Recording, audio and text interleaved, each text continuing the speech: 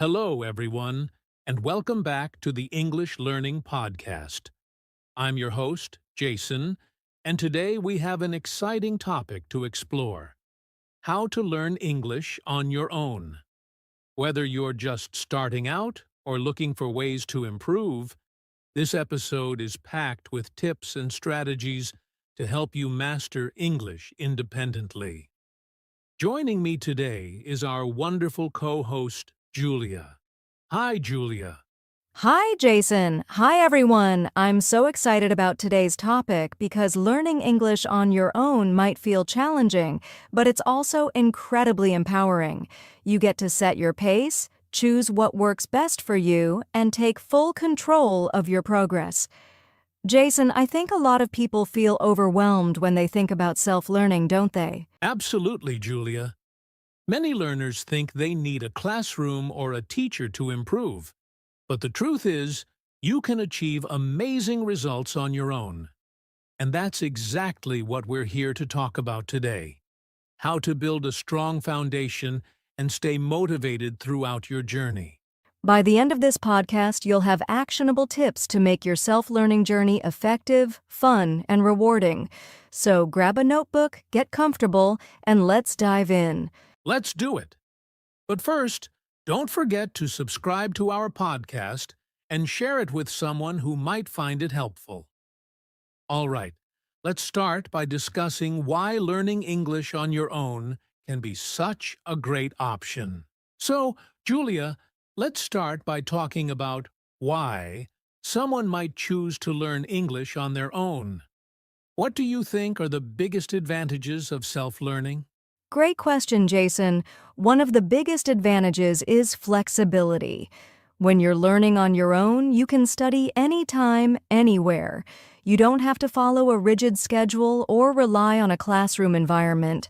It's perfect for people with busy lives, like students, working professionals, or even parents. That's such a good point. And I'd add that self-learning allows you to personalize your journey. You can focus on areas where you need the most improvement, whether it's vocabulary, grammar, or speaking skills. Unlike a traditional classroom, where everyone follows the same plan, you're in control of your priorities. Exactly. Another advantage is cost-effectiveness. There are so many free resources available, apps, YouTube videos, podcasts like ours, so you don't need to spend a lot of money to make real progress. You just need the right approach. That's true.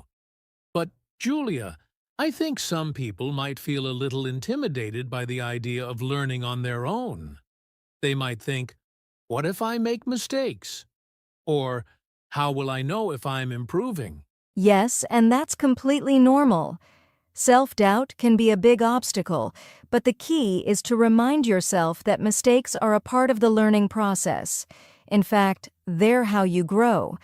Plus, with tools like language apps or online communities, you can often get feedback to track your progress. That's reassuring. And I also think self-learning teaches an important life skill: discipline. When you take charge of your learning, you're building habits that go beyond just English. You're developing time management, focus, and problem-solving skills. Exactly. And one more thing, learning on your own builds confidence. When you accomplish something without a teacher or tutor, you realize just how capable you are. That's such a great feeling and a motivator to keep going. Absolutely, Julia. So, to sum up, learning English on your own gives you flexibility, personalization, cost savings, and a chance to grow in confidence and discipline. Now that we've covered the why, let's move on to the how. Coming up, we'll share some practical strategies to make your self-learning journey as effective as possible. All right, now that we've discussed why learning English on your own is a great option, let's dive into some practical strategies that will help you make the most of your self-learning journey. The first strategy is: Set clear goals. This is super important, Jason.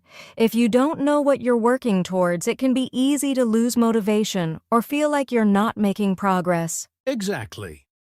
Setting clear, achievable goals gives you something to strive for.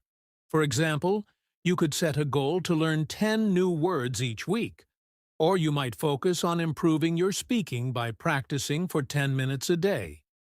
The key is to keep the goals realistic and manageable. And don't forget to track your progress. That way you can see how far you've come and celebrate the small wins along the way. I love using apps like Duolingo or Anki for this because they help me keep track of what I've learned and remind me to practice every day. Great suggestion, Julia. Now, the next strategy is to create a routine. A routine helps you stay consistent, which is really important when learning on your own. Right. If you want to improve, you need to practice regularly, but that doesn't mean you need to spend hours every day. Just set aside a small amount of time every day, maybe 15 to 30 minutes, dedicated to English practice. Consistency is key, even if it's just a little bit each day. It's better to study a little every day than to try to cram everything into one session. Plus, daily practice helps keep English fresh in your mind. Exactly. And what I love about a routine is that it becomes a habit over time. You won't even have to think about it. You'll just automatically start your day with English practice. That's the goal. Now let's talk about something really important: using resources effectively. There are so many tools and resources available online, but it can be overwhelming. How do you know which ones to choose? That's a great question. When it comes to resources, I recommend using a mix of things. For vocabulary and grammar, apps like Memories or Grammarly are great. For listening, podcasts like ours, YouTube videos, or even Netflix shows with subtitles are fantastic. Right. And for speaking practice, you can use language exchange apps like HelloTalk or Tandem, where you can chat with native speakers. Don't be afraid to use technology to your advantage. It's a great way to practice without a speaking partner. And don't forget about reading and writing. You can read simple news articles, books, or blogs in English. For writing, try keeping a journal or even writing short essays on topics that interest you. That's a great idea. And I think one of the most powerful ways to learn is by practicing speaking, especially without a partner. Some people feel like they can't improve their speaking skills if they don't have someone to practice with. Yeah, I hear that a lot. But there are ways to practice speaking by yourself. You can do self-talk, where you speak about your day or describe things around you in English. Another helpful technique is shadowing, where you repeat what you hear in English videos or podcasts, trying to match the speaker's pronunciation and tone. Exactly. And apps like SpeechLing can also be great for this, where you record yourself speaking and get feedback. Technology is really a game changer for self-learners, especially when you don't have a speaking partner. Absolutely. And remember, it's not about perfection. It's about making progress and getting better with time. Don't be afraid to make mistakes. That's part of learning. Well said, Julia. To wrap up this section, set clear goals, build a routine, use a variety of resources, and don't forget to practice speaking, even if you're on your own. These strategies will help you stay on track and make steady progress in your English learning journey. Now that we've covered some strategies, let's move on to the next important topic: how to stay motivated and disciplined while learning on your own. All right, we've covered some solid strategies for learning English on your own. But let's face it, staying motivated and disciplined is often the hardest part, especially when you're learning solo. Julia, why do you think motivation can be so tricky for self-learners? That's a great question, Jason. I think one of the biggest challenges is that we don't have a teacher or classmates to keep us accountable.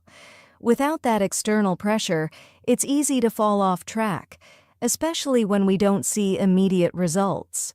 Yeah, I've definitely been there. But the thing is, motivation doesn't always come naturally. Sometimes you have to create it yourself. So, how can we stay motivated even when the going gets tough? One key way is to break big goals into smaller, more manageable tasks. For example, instead of saying, I want to speak English fluently, try setting smaller goals like, I will learn 10 new words this week, or I will have a 5-minute conversation in English every day. These smaller goals are easier to achieve, and each small success will boost your motivation. That's a great strategy. It's all about building momentum. And I think celebrating those small wins is really important too. Even something simple like checking off a goal or completing a study session can give you a sense of accomplishment. Yes, celebrate your progress no matter how small it is, and don't forget to be kind to yourself. Learning a language is a journey, not a race. So if you miss a day or don't meet a goal, don't beat yourself up. Just pick up where you left off. Exactly. It's all about the long-term mindset. But let's talk about discipline for a moment. Even when motivation fades, discipline is what keeps us going. Julia, how do you maintain discipline when it's hard to stay motivated? One way to build discipline is by creating a habit. The more consistently you practice, the easier it becomes. It's like brushing your teeth. You don't think about it, you just do it. And the more you practice English, the more it becomes part of your routine. That's a great point. And routines don't have to be long or complicated. Like we mentioned earlier, even 15 to 30 minutes a day can make a big difference if you do it regularly. Another way to stay disciplined is by setting a specific time for studying every day. If you do it at the same time each day, like first thing in the morning or right before bed, it becomes a non-negotiable part of your schedule. I totally agree. Setting a specific time makes it feel like a commitment. And another thing that helps is eliminating distractions during your study time. Find a quiet space, put your phone on Do Not Disturb, and focus entirely on your English practice. Yes, it's all about creating an environment where you can focus. And one more thing to stay disciplined. Find ways to keep things interesting. If you keep doing the same thing over and over, it can get boring. Mix things up by practicing different skills. Listening to a podcast one day, watching an English movie the next, or having a mini speaking session with yourself. Variety is the spice of life, right? Keeping it fresh and fun will definitely keep you more engaged in the learning process. And for some people, it really helps to track your progress. When you see how much you've learned, it's a huge motivator to keep going. Absolutely. Tracking progress helps you see the results of your hard work, and that's encouraging. Apps like Duolingo or language trackers can help you monitor your consistency and see how much you've accomplished over time. To sum it up, staying motivated and disciplined when learning English on your own takes effort, but it's totally possible. Break your goals into smaller tasks, celebrate your achievements, be kind to yourself, build a routine, and keep things interesting. These strategies will help you stay on track. Exactly, Jason. And remember, the journey might not always be easy, but the more you stick with it, the more rewarding it will be. Now, let's move on to something that ties everything together: audience interaction. All right, before we wrap up today's episode, let's take a moment to connect with you, our listeners. We know that learning English on your own can sometimes feel like a solitary journey, so we want to hear about your experiences. Julia, what are some ways our audience can interact with us? Well, we'd love to hear from you. First off, you can leave a comment on our YouTube channel or social media pages about your personal experiences with learning English. What challenges have you faced? What strategies have worked for you? Exactly. It's always helpful to share and learn from others. And if you have any questions about what we've discussed today, feel free to ask. Whether it's about setting goals, staying motivated, or finding the best resources, We're here to help. And for our listeners who like a bit of a challenge, how about we make a fun interactive activity? Try to record yourself speaking about your language learning goals and share it with us. We'd love to hear your progress and maybe even feature some of your recordings in future episodes. That's a great idea, Julia. We believe that sharing your voice and experiences will motivate not only you but others in the community as well. Plus, it's a great way to practice speaking. Exactly. And don't forget to follow us on social media for more tips, updates, and inspiration. You can find us on insert social media platforms. Let's keep this learning journey going together. All right, now let's move on to our final segment, where we'll summarize everything we've talked about today and give you some closing thoughts. But before we finish, remember to engage with us and share your own learning experiences. Well, that's all the time we have for today's episode. We've covered a lot of ground on how to learn English on your own, from the benefits to the practical strategies and ways to stay motivated and disciplined. Remember, learning a language is a journey, and it's all about taking small steps consistently. Exactly. Whether you're setting clear goals, building a daily routine, or using different resources, the key is to keep going and enjoy the process. And don't forget, staying motivated and disciplined is what will keep you moving forward, even when things get tough. Absolutely. Now, before we wrap up, we'd like to leave you with a call to action. If you found today's episode helpful, please hit the like button, subscribe to our channel, and share this episode with anyone who could benefit from it. Yes, and if you're feeling extra motivated, leave a comment telling us one thing you're going to do this week to improve your English. We'd love to hear your thoughts and experiences. Remember, this journey doesn't have to be done alone. We're here to support you every step of the way. Thanks for listening, and we'll see you in the next episode of the English Learning Podcast. Keep learning and stay motivated. Take care and happy learning.